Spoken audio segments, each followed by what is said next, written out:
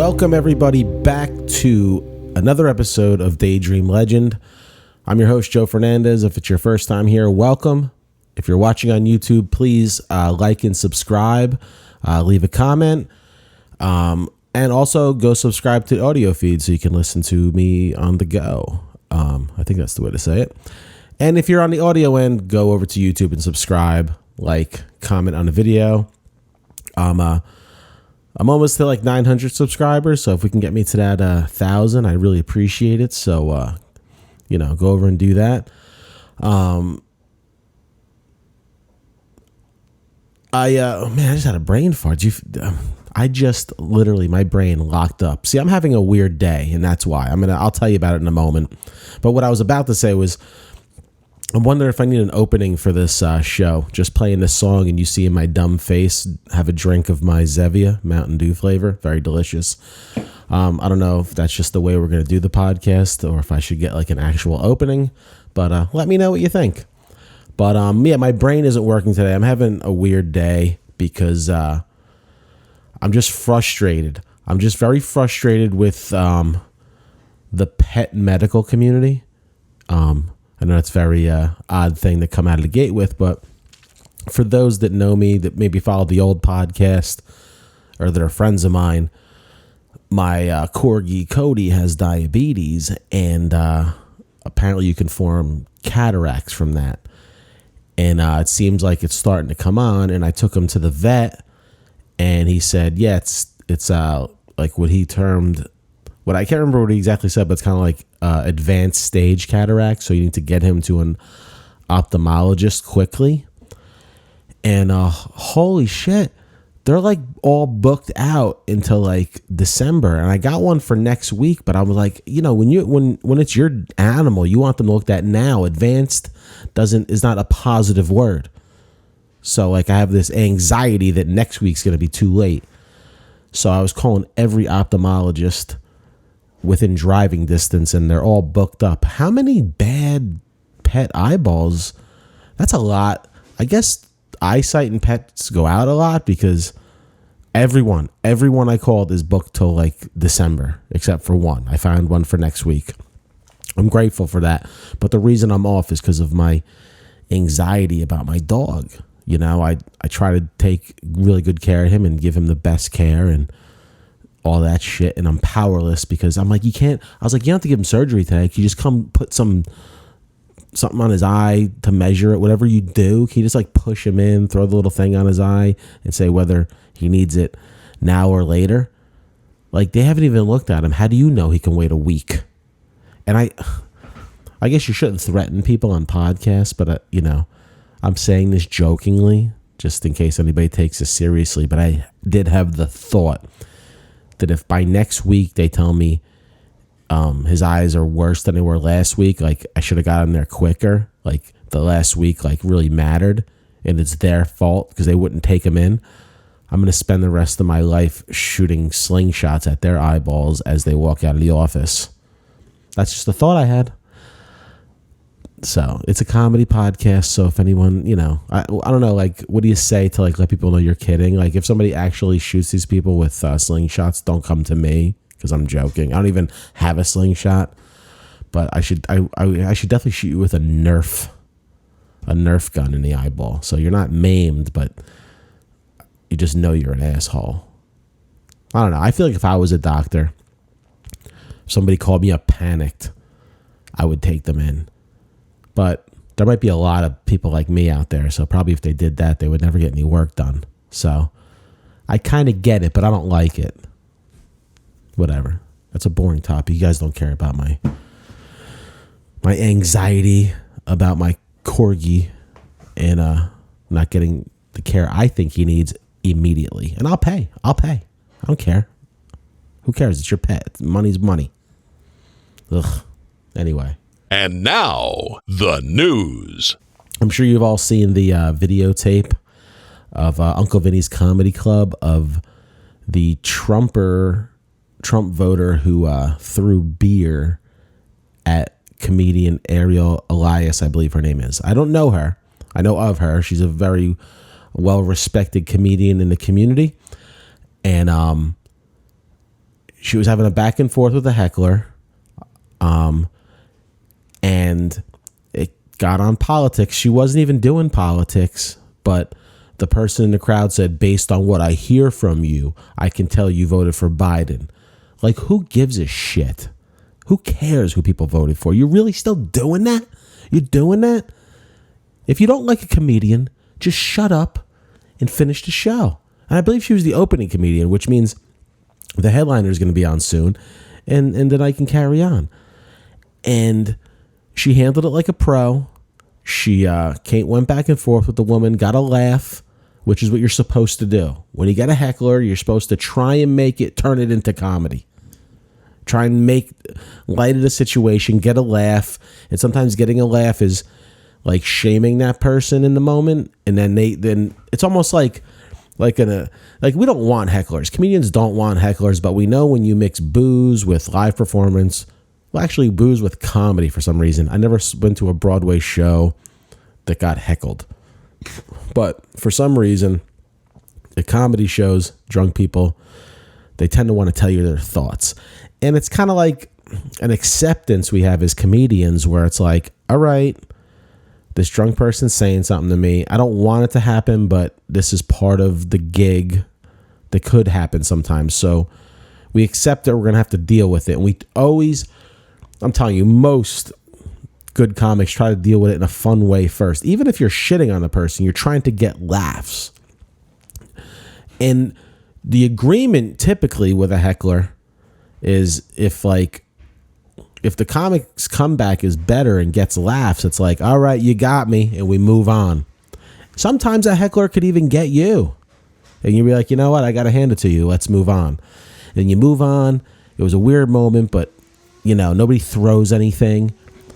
But this person couldn't handle a good comeback and threw, a large can of beer at this girl's head.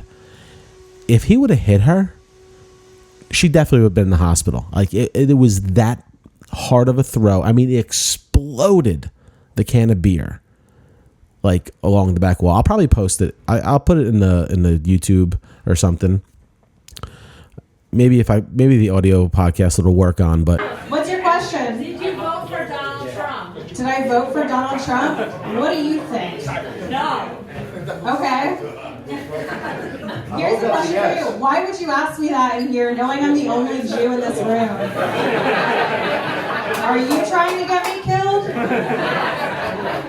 If it makes you feel any better, I vote in New York. My vote doesn't matter there. It doesn't matter here either. It doesn't matter, guys. Everybody vote for whoever you want to vote. I don't care who you voted for. I'm just happy we're all here together. So you voted for Biden. I don't know. Why does it matter? Yeah, so what? Why does it matter? I can just tell by your jokes you voted for Biden. Why are we talking Alright. about politics? I can tell by the fact that you're still talking when nobody wants you to that you voted for Trump.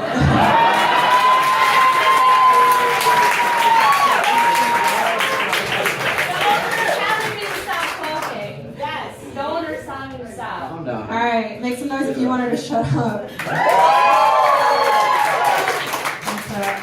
But I did ask if anybody had any questions. I didn't think it was going to be... That's on me. That was on me for thinking I could have a human interaction with somebody. That's my fault. No, look, I'm such an insecure person. Here, I'll tell you the rest of that bit, and then we'll move on. I'm so insecure. I went and got an IUD. Oh! Come on, bro. You can't do that. Are you fucking kidding me? Yo, I'm never coming out with this group of people ever again. Straight up? Yeah. I got to tell you, this happens more than you think at comedy clubs. Not so much as like a beer bottle being thrown, but entitled people like coming at the stage or having to be thrown out. It's like, this is a comedy show. What can somebody say on stage is going to get you that riled up? You need to like go to therapy if a performer is affecting you in that way. Like, you paid to go there. You paid to go there. What gives you the right to assault another person because you don't like what they say? And they weren't even saying it to you. You started it. This happened to me about a month ago. And I'll tell you, it always happens when my mom comes to a show. My mother, she comes to a show maybe once every 2 years. And she's like, oh, me and my friends and family are coming out tonight. I got some cousins coming. Guaranteed something's going to happen. It's just the luck of, it's just the way it is. And there was a guy that was just, at first he wasn't heckling me. He was just like doing like that sarcastic laugh, like, yeah, yeah. Yeah, I hate when that happens. And I'm like, and then I just made fun of him. I'm like, I'm sorry, dude. Did you not get enough attention at home? Like, is this like where you come for attention? Like, I'm sorry you didn't get a lot of attention, but this is not your show. I was trying to just be nice with the guy. I forgot the comebacks I had. He kept mumbling some shit. I would come back. The party he was with was laughing. Other people were laughing. And then it got to the point where it wasn't funny anymore. And I just wasn't even in the mood to like play with this guy because it was no longer fun. He was just being a dick and the owner threw him out. And so I'm on stage doing the rest of my show and I see cops pull up because he was waiting for me outside. He was waiting for me. What the fuck kind of lunatic? Like now I have to worry about walking to my car. Now I don't have to just worry about in the club. I have to worry about walking to the car. And you're the ones that start it. I don't do crowd work. I am not there to try and bother anybody. I'm there to make people laugh. All comics are. I mean, you probably have some shitty comics that aren't. But I'm guaranteed she was there to make people laugh. There was nothing about her attitude. Like I said, I don't know her, but just in a little bit of clip I know that I saw, you could tell she's not there to be divisive. Because the woman even said it wasn't like, oh, like she was doing jokes, like shitting on Trump. She was like, I can tell by your joke who you voted for. So that's what you're doing. You're sitting there just concocting stories in your head. Who cares what people believe? What do we care what people believe anymore? Just move the fuck on. She even said in the clip, I don't care who you vote for, just vote, or whatever she said. She couldn't have been nicer. And this scumbag had to throw a beer. And it's crazy because comedy clubs don't have security. There's not a big gap in these shows from a person attacking you to the stage. There's no defense for us up there. The only defense we have is the mic stand or the stool. And by then it could be too late. I just don't understand. I just don't understand what it is about comedy. Like, it's as if people can't realize we're doing an act. Like, we're not doing a rally up there. We're not. I brought up monkeypox the other night at a show, and a guy was like, "This is really? What do you believe in COVID?" I'm like, I just looked back at the comedy shop at the comedy show sign. I'm like, I thought we're joking here, bro. You think I'm here to do politics? You think I'm stumping for some cause? I mentioned monkeypox to get into a joke. And you're going to flip out. And I told him, I'm like, why don't you go get your Trump flag and wave it in here? I don't care who you voted for. But it's just disgusting. I see, the thing is, though, I can say something like this, but people that are like this aren't listening to my podcast. My message isn't getting out to somebody. But I had to talk about it because it's so annoying. It's more, annoying's not even the word, man. It's dangerous. It's dangerous. And people that don't think it's dangerous, go watch the video. She could have been like knocked unconscious. That was like a big beer can. And like a boss, she picked it up and she chugged it. Like I said, I've never met her, but I would love to meet her one day because I know she's a good comic because I've seen her name around. I know who she works with. I know where she works. And you're not a bad comic if you're in those circles. So I know she's a quality comic. People should go support her just go watch the video. Just go watch the video. That's what people deal with. This happens more than you think. People are insane out there. Enough with your dumb politics, man. It's like we've reached this insane point where, like, can you believe we're at a point with this world, with politics, where people buy merchandise for a president? You buy presidential merch? Like, even if you like Trump, even if you like Biden, even if you like whoever, buying T-shirts and flags and you're like, see, I have a T-shirt right now on from the Taylor Hawkins concert here. Because he's a musician. He puts out art. You should be fans of guys like that. You should buy this merch. You don't buy merch for any politician. If you have political merch, you better take another look at your life. You're in too far. You're not a fan of these people. You're not. You're not a fan of these. And if you are, you need to stop. Look what it's doing to people, man. I'm telling you, a comic's going to get killed one time on stage and still nothing will change. Nothing will change. Will Smith got slapped on the stage. I mean, not Will. No, Will Smith slapped Chris Rock, which we all heard. And I'm sure famous comedians had security going forward with that, but not famous comedians? No, because here's the thing. A famous comedian is performing for his audience. So the odds of him getting attacked are very slim because those people are already fans of him. Non-famous comedians like us, almost every night, we're in front of a room of people who don't know us. So the chance of offending someone is greater because they don't know what they do. It shouldn't be because we all have clips online. And if you see our name on a ticket, you should be able to go watch our YouTubes and see if you are okay with the type of comedy we do. But nobody does that. So non-famous comics are in danger because, I mean, really, some comedy clubs don't even feed a comic with their food at their cost. So for them to put out money for security, it ain't going to happen. There's not a chance it's going to happen. And I'm telling you, this will happen again. This one happened to be on video. You may start seeing more videos like that because comics are taping their shows a lot more. And I heard this guy got caught because that dummy walked right past the camera. And people know who he is and they're getting charges pressed. So just remember that. People who I don't think are even listening to this podcast, so you're not going to get the message that a lot of shows are recorded. So just check what you're going to do. And listen, I know crowd interaction is part of the thing. And some people ask for it. Some people ask questions. But lighten up. Lighten up. Throwing shit at people. Waiting outside. What are we doing, man? Do you think... Could you imagine this happening at Broadway show? Listen, I'm going on too far. I'm rambling. You guys don't know my position on this. It's ridiculous. But bravo for Ariel for handling it like a true professional. Not ever giving in and doing it in a comedic way with poise. She didn't lose her cool. She didn't go attack the person who attacked her. And I'm glad that her clip's gone viral, and I'm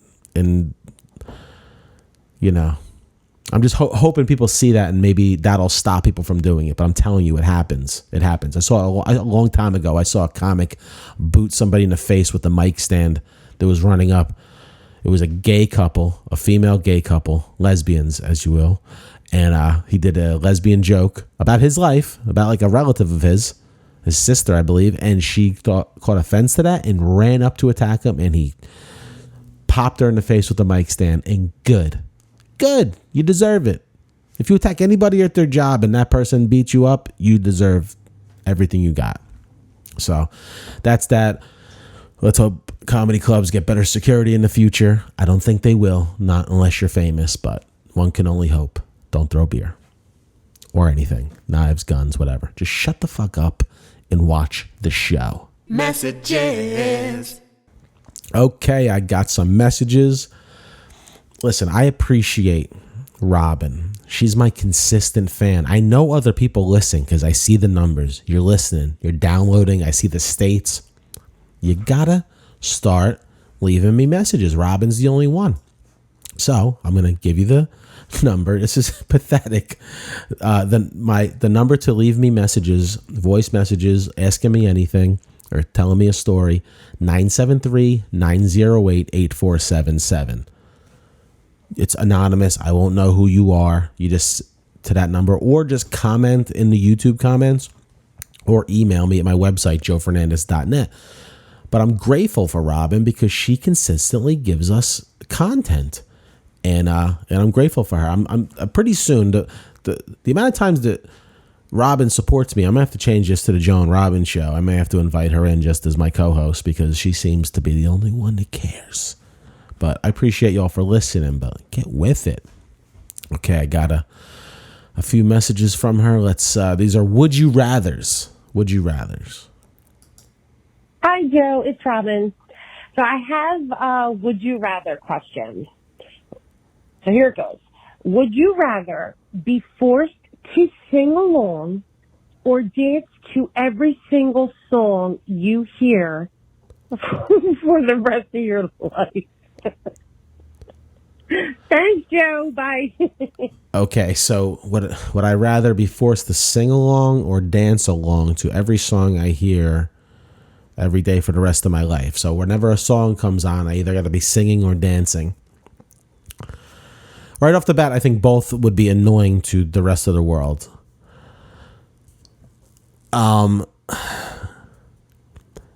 Singing would be tough because if I'm currently doing something involving my voice, it's going to be hard to break in the song back and forth. Like if I'm like anywhere, I'm just trying to think of a scenario. Like, if I'm at like getting my oil changed, and the guy's like, "What are you here for?" I'll be, and then like Sweet Caroline's playing on the loudspeakers. Be like, "What would you like? The deluxe? I like the deluxe. Sweet Caroline, bump bump." Yes, WD4. I don't even know the lyrics. You know what I mean? That's how bad. See, no, it's gonna be hard. I mean, if I know all these lyrics, I won't. I'll be doing a lot of fake lyrics. That's what's gonna be bad. And maybe the funniest thing, because I am a pretty good dancer, but trying to sing along may be hard because I don't know all the songs. So yeah, I guess I would need to know if I'm already talking and the song comes on, do I have to stop to finish song and then continue? That would be kind of hilarious too. Depending on the song, it could be awful, but I would not know any lyrics because I'm a person that drives and mumbles lyrics a lot. I have this. Do you find that once you know the lyrics to a song, there's certain songs, not all songs, certain songs when you learn the lyrics, you're like, man, this has a lot of meaning and I love it, and you sing it because you love those words. Then there's some songs you never knew the words, and then when you find out the words, you're like, I don't like this song that much. I really don't. Like Yellow Ledbetter from Pearl Jam, I don't know the words. I looked up the words, I've watched the words, I saw that they're actual words, but I like listening to it as if I don't know the words. I forgot all the words because that's how hard it is to understand him. You all know Yellow Ledbetter. I'm a sea, I'm a man, on the way. I say, I don't know the where is a duck or in the back. Something like that. I'm a bad singer. See, so Robin, I think singing might be out of the question because I think they'll put me in a straitjacket. But if I'm dancing, I could just keep going with it. You know what I mean? I could be ordering pizza. I'd be like, yeah, I'll take a large pie. And with mushrooms, just beat it. Just beat it. Ow. And then, they'll look at me weird, but at least I can kind of flow with it. See, that's the problem. You couldn't go into stores because they constantly have music playing. So you'd be dancing the whole time you're in there, which would be tough. So just to answer your question, would I rather? I'd rather have to dance to every song I sang because I think it's more practical, even if you're driving, because I currently do both. New message. Hey, Joe. It's Robin again. I have another would you rather. I actually have two. The first one is, would you rather throw up on your hero or have your hero throw up on you? And the other one is, and you gotta, don't make fun because I cannot pronounce either of these words, but you'll know what I'm talking about. So the other one is, would you rather have telekinesis, telekinesis,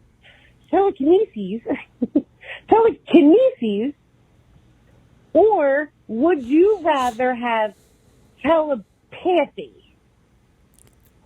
I think I said that one right, telepathy. So would you rather have telekinesis or telepathy?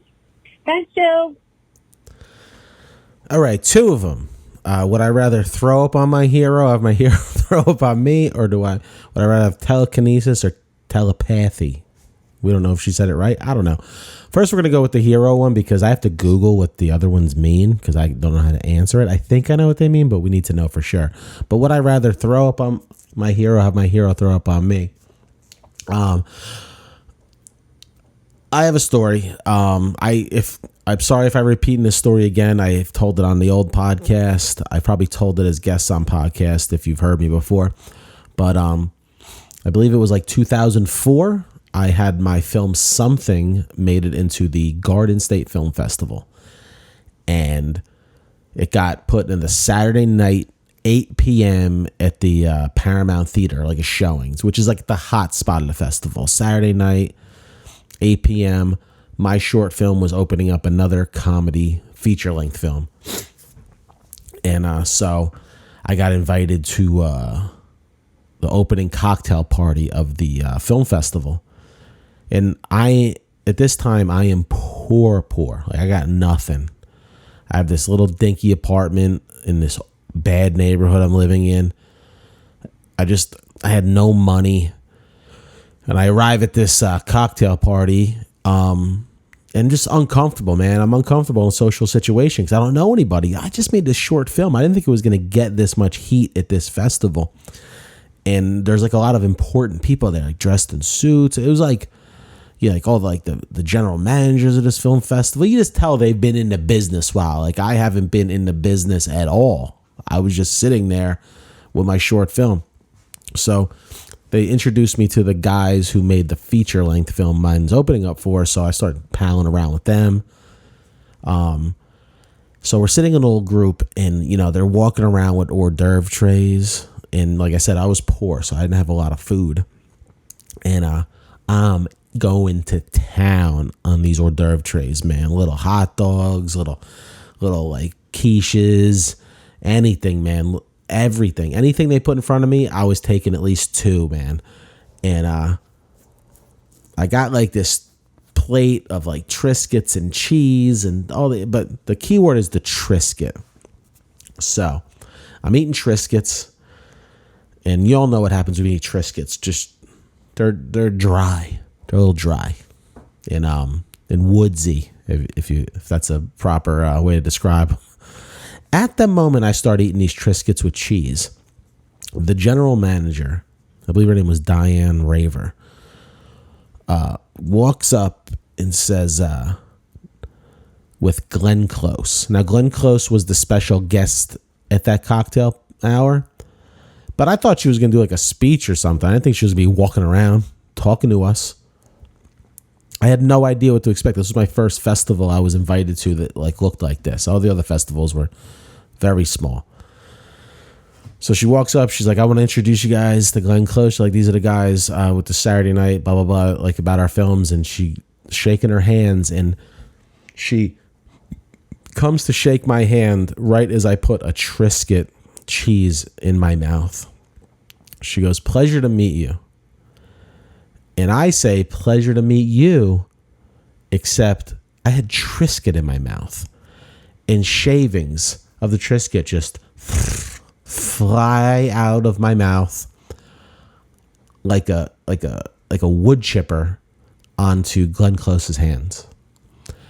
And so I go, pleased to meet you. Triscuit hand. She looks down, looks at me with the most disgusted face, like, oh, okay, and pulls her hand back. You know that feeling of, like, I mean, the feeling of embarrassment isn't even like the right way to describe it. I felt like I wanted to die because nobody in that circle after that wanted anything to do with me. They were just like, this guy doesn't have it. He doesn't have it. What's it? Whatever it is, it ain't in there. We don't even know what it is, but he ain't got it. So I'm embarrassed the whole time. Festival ended, had a good thing. Actually won best short film. I got over it eventually, but I got to tell you, this is how the mind sucks. This is where the mind sucks. From 2004 until we are in 2022 right now, anytime I see Glenn Close on an interview, on a movie, on a TV show, the warm chest of embarrassment, it's one of the worst things that's ever happened to me. I gotta feel like that had to be the only time that happened to her in life. I always wonder if that was any sort of memorable. Like, do you remember when that short guy in New Jersey just sprayed Triscuit on my hand. Like, I wonder if I was ever to meet her, should I remind her of that? I would have to make sure we're pretty good friends at first. Like, we'd have to have a really good meeting, and then like be like really like laughing, and like she already accepts me. I'd be like, Glenn, Glenn, let me now that we're chit-chatting over hors d'oeuvres, hors d'oeuvres, let me remind you of a story from your life from 2004. Just to see what she says, because if she says she remembers it, it would be great if she just walks away like, ugh, that was you? Boo. Anyway, long story to put in there, but I digressed. So would I want to spit on my hero, puke on my hero, or my hero puke on me? I would think the hero puke on me, because then I have the good story without the embarrassment. That's not embarrassing for me. So it's embarrassing for me if I puke on my hero, because that means I'm never going to, like, that's it. Our relationship's over. I'm never going to have a relationship with this person. So would I rather? Yes. Heroes, feel free to puke on me, because that's my preference if the choice comes up. All right, I'm looking up telekinesis and telepathy, or telepathy, however you say it, Robin. Telekinesis, the supposed ability to move objects at a distance by mental power or other non-physical means. Okay, so moving things is telekinesis. Telepathy is the supposed communication of thoughts or ideas by means other than the known senses. I still don't know what it means after that sentence, so excuse me while I grab another definition. Communication from one mind to another by extrasensory means. Okay, so me talking to somebody with just my mind versus being able to move objects. What would I rather? I mean, we're kind of on the verge of telepathy now. I mean, text messaging is kind of telepathy. It's like, here's one of my thoughts. I'm going to not say them. I'm going to type them and then send them through the air, space, waves to you. And then you're not going to say anything and then send something back. So I think we're kind of there. And so communicating without talking, kind of cool. But I think moving objects with mental power would be cool, but you can't have too many people have that power, or else shit's just gonna be moving all over the place. Like,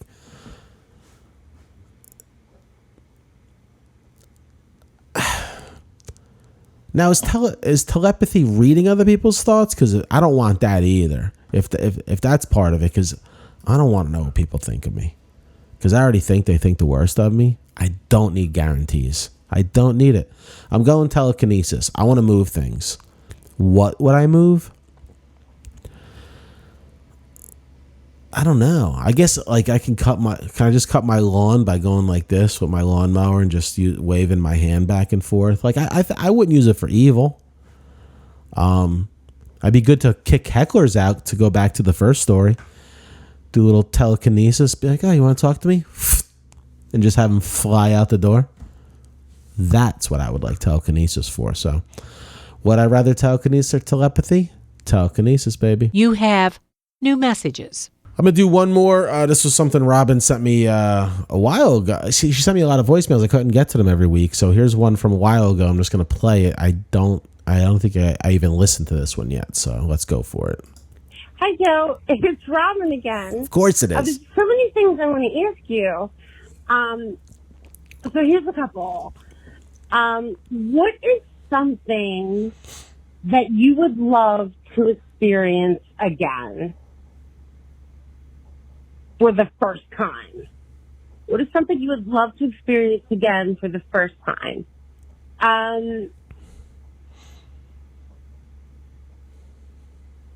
The other question is, what is... All right, Joe, I'm going to call back. Okay. Well, we'll go. We only have time for one more anyway. So something... Sorry, Robin. It's really funny because I relate with the mind just going blank. What is something I would like to experience for the first time again? See, I probably should have listened to this first because I don't have time to be thinking about it. I could always edit this if I can't think of anything in a fast time. But what would I want to do again for the first time? See, sometimes the first time, like the first concert was amazing. I'm just going to lay things out and then I'll try and nail it down. My first concert was Metallica at Brendan Byrne Arena in East Rutherford during their Injustice for All tour. I think I was like in 9th grade or 8th grade maybe. Great experience. You got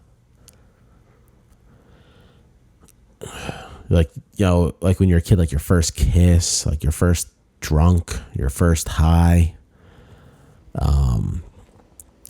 See, first time having sex was like very, you know, very fast and in the back of my Mustang. How Jersey is that? So though good, because like I finally got that monkey off my back, so to say, it just wasn't. I don't know if I want to relive that again. I don't think I'd want to relive sex till a little bit down the road till I figured out what I was doing. First French kiss when I was a kid, that was good. That was nice. First, I'm just trying to think of firsts that I want to relive.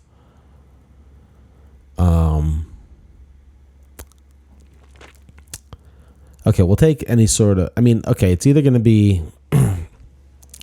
first kiss, first time I got stoned, and my first concert. Those are like right off the top of my head without thinking about it long. Those are like 3 that I have to think about.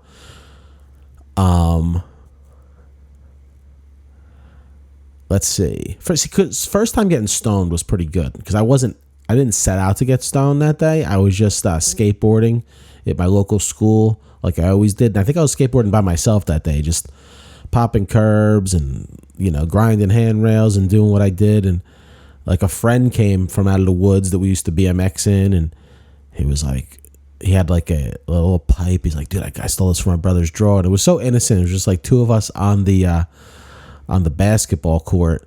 And he's like, you want to smoke it? And I'm like, yeah, I mean, yeah.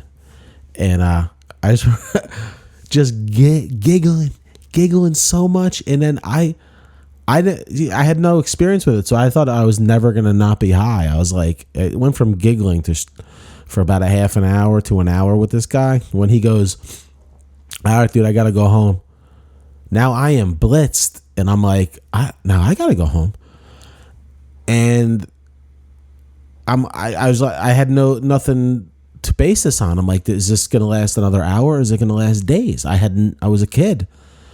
And I remember just skateboarding home, and I mean, I was blitzed because this was like the first time. And I just remember sitting out in front of my house, like, how am I gonna go in a house like this? I can't even get a thought straight. And I remember just saying, just go in your room, just go into the house and beeline up the stairs in her room. My mother I come in, she's like, Joey, I'm like, yep, I'm going upstairs, I'm not feeling good, I'm sick, bye-bye. And I just went and laid in bed till the next day. I just was hot. And it sounds like a nightmare because I was paranoid, but it was actually a good memory because I remember sitting there in bed. Once I knew I wasn't in trouble, I'm like, I love getting high. And I wish somebody would have heard me say that because that didn't lead to positive futures with the drugs, if you know my story. But that first time and a bunch of times after that, don't get me wrong, getting high was great until it wasn't. But that first time was great. Now, first kiss was, who was my first?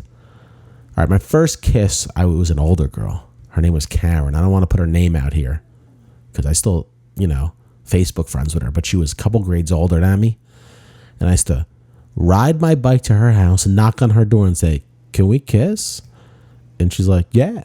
And we'd kiss, and then I'd leave. That was our relationship. We never went on a date. We never hung out in the park.